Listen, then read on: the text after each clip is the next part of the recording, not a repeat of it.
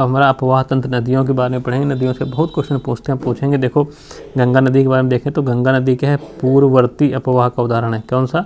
गंगा नदी है पूर्ववर्ती अपवाह का उदाहरण है, पूर्ववर्ती अपवाह का उदाहरण है।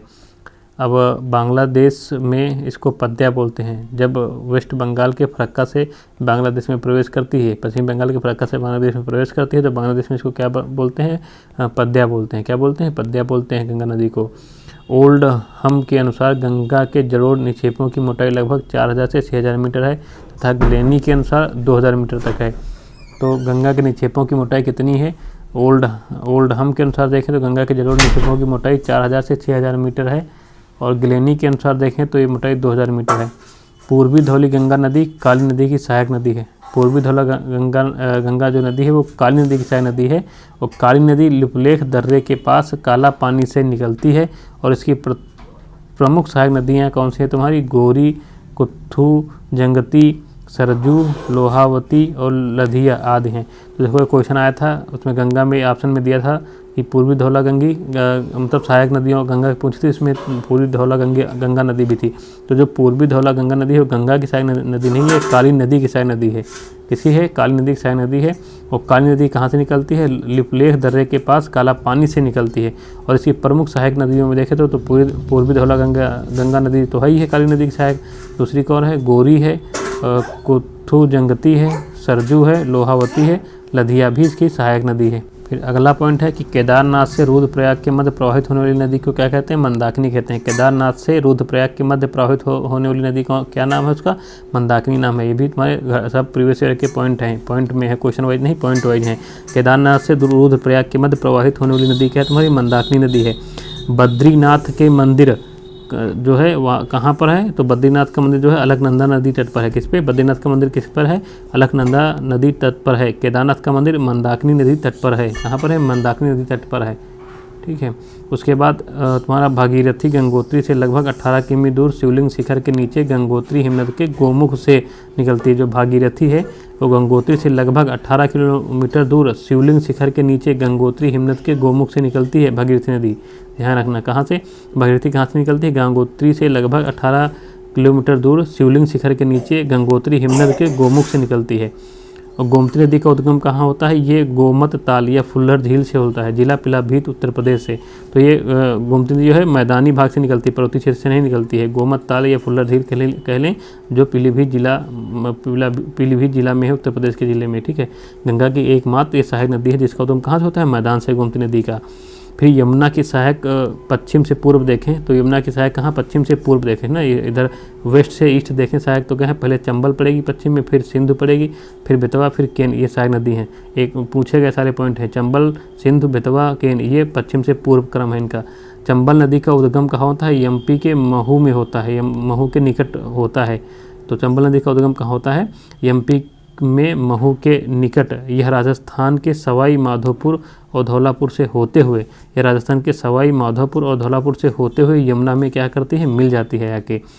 बेतवा का उद्गम कहाँ होता है? बेतवा का उद्गम एमपी में विंध्य श्रृंखला से समुद्र तल से 576 मीटर ऊंचाई से रायसेन जिले से होता है। तो बेतवा का उद्गम कहाँ होता है? एमपी में एक विंध्य श्रृंखला है ना, विंध्य श्रृंखला से होता है इसका उदय, जो समुद्र तल से 576 मीटर ऊंचाई पर है। वहाँ पर विंध्य श्रृंखला में एक रायसेन जिला है, वहाँ से इसका उद्गम होता है। ठीक है।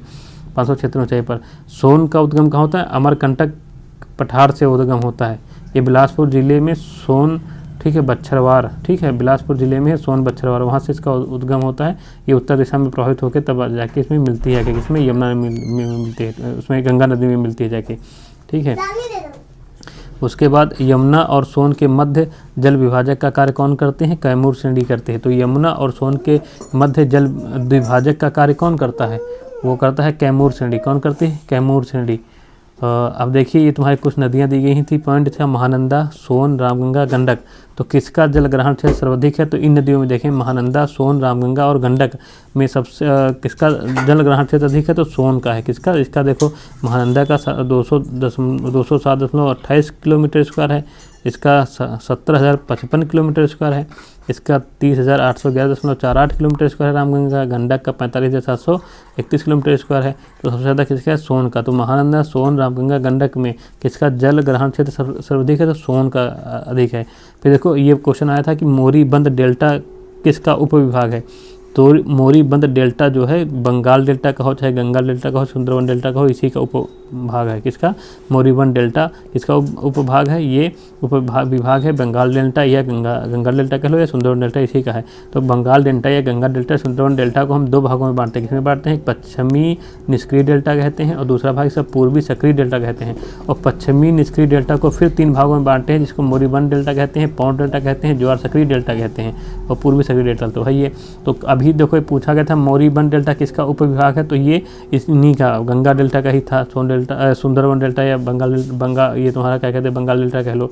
तो इसका ये भी पूछ सकता है कि पौंड डेल्टा किसका भाग है या ज्वार सक्रिय डेल्टा किसका भाग है, उपविभाग है? तो ये भी तुम्हारा इन्हीं का, इसी गंगा डेल्टा का ही होगा, क्योंकि पश्चिमी निष्क्रिय डेल्टा का जो इसका भाग है उसी के ये उपविभाग हैं, मोरीबंद डेल्टा, पौंड डेल्टा और ज्वार सक्रिय डेल्टा। ठीक है। उसके बाद देखो हमारी उत्तरी कोयल नदी सोन की सहायक है, दाहिनी तट पे मिलती है। तो उत्तरी कोयल नदी किसकी सहायक है? सोन की सहायक है और दाहिनी तट से मिलती है। ठीक है। तो उत्तरी कोयल नदी किसकी है? सोन की सहायक नदी है, दाहिनी तट से मिलती है। और बराकर नदी क्या है? दामोदर की सहायक है। बराकर नदी की सहायक है, दामोदर की सहायक है। सब पॉइंट आए हुए हैं, इसलिए बराकर जो है उत्तरी कोयल गंगा नदी घाटी की उपनदियां हैं। ठीक है। इसलिए क्या है, ये उत्तरी कोयल जो बराकर नदी, ये गंगा नदी घाटी की उपनदियां। उपनदियां मतलब अगर गंगा ये नदी जा रही है, गंगा की कोई सहायक नदी है और इसकी कोई सहायक नदी है, तो इन गंगा नदी की सहायक नदी की सहायक नदियों को उपनदियां कहते हैं। क्या कहते हैं? उपनदियां। जैसे तुम्हारा उत्तरी कोयल नदी किसकी? सोन की सहायक है और सोन की सहायक है? गंगा की है। और ये बराकर नदी की सहायक है, दामोदर की सहायक है और दामोदर की सहायक नदी है? गंगा की है। तो दामोदर और सोन दोनों सहायक नदियाँ किसकी हैं? गंगा की हैं।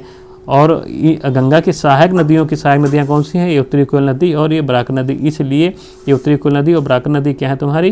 गंगा नदी घाटी की उपनदियाँ हैं, ये ध्यान रखना। ठीक है। उसके बाद ये पूछा गया था पॉइंट, इसकी उपनदी है, मतलब उपनदी भी पूछता है, ये यूपी पीसीएस वगैरह में पूछता है उपनदी और वगैरह एग्जाम में, तो ध्यान रखना। क्वेश्चन बार बार वही रिपीट करते हैं।